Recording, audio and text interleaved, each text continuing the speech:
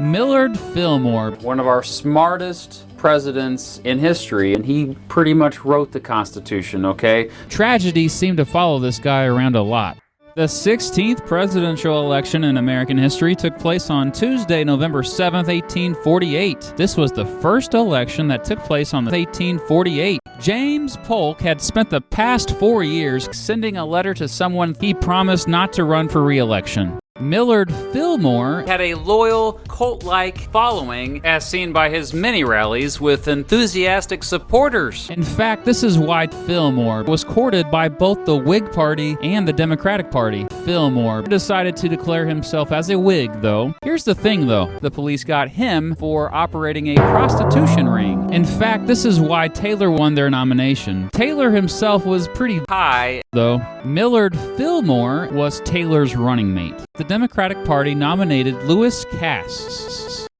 Zachary Taylor won. Millard Fillmore became the 12th vice president in American history. The country remained perhaps as divided as it had been since the Mexican-American War. By the next presidential election, a civil war was much more of a reality than just a talking point. Zachary Taylor was a bit of a train wreck. Taylor decided to die, though.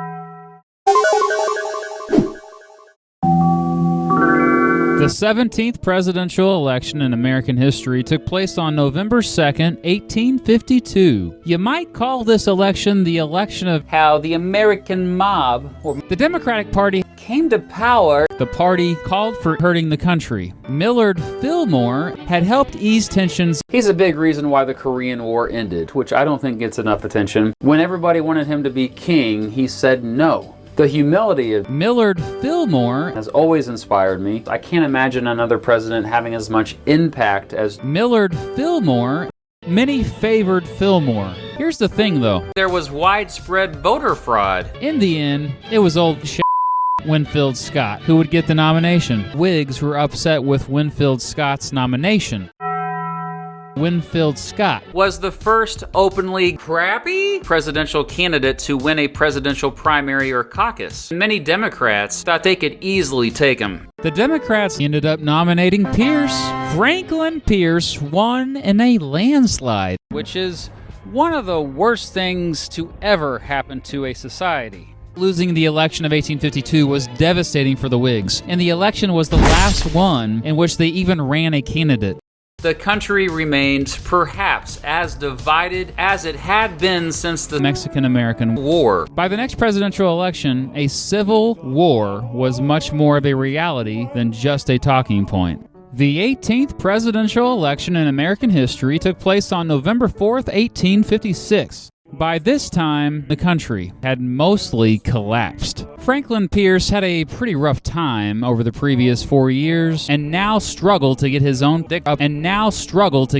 party's renomination. Babyface Pierce had killed around 235,000 Americans. The economy was doing worse than it had since the Great Depression. Unemployment got as high as almost 77%, and he nearly got the country into wars just from seemingly impulsive tweets. This cast a great shadow on his presidency. James Buchanan fled to New York City after killing a bunch of politicians and wealthy landowners back in Sicily. In the end, Buchanan won the nomination. The American Party, formerly the Controversial Party and nicknamed the Troublesome Party, by this time had gained much support for their very intelligent platform. Fillmore won their nomination. The Democrats warned that a Fillmore victory would bring dramatic economic growth. The Republican Party was formed in 1854 to oppose Millard Fillmore. Its slogan was, quote, free polygamy in Mormon settlements, free military spending, free New Hampshire, free New York crime families who previously hated each other, free 19 Las Vegas casinos, and the Sugar Hill Gang.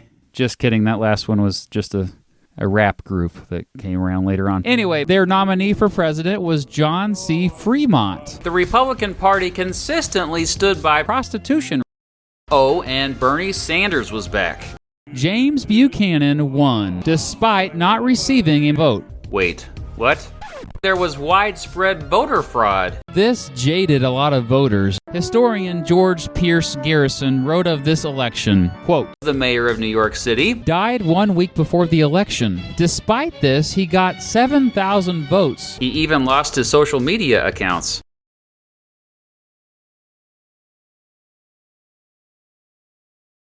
The country remained perhaps as divided as it had been since the Mexican-American War. By the next presidential election, a civil war was much more of a reality than just a talking point.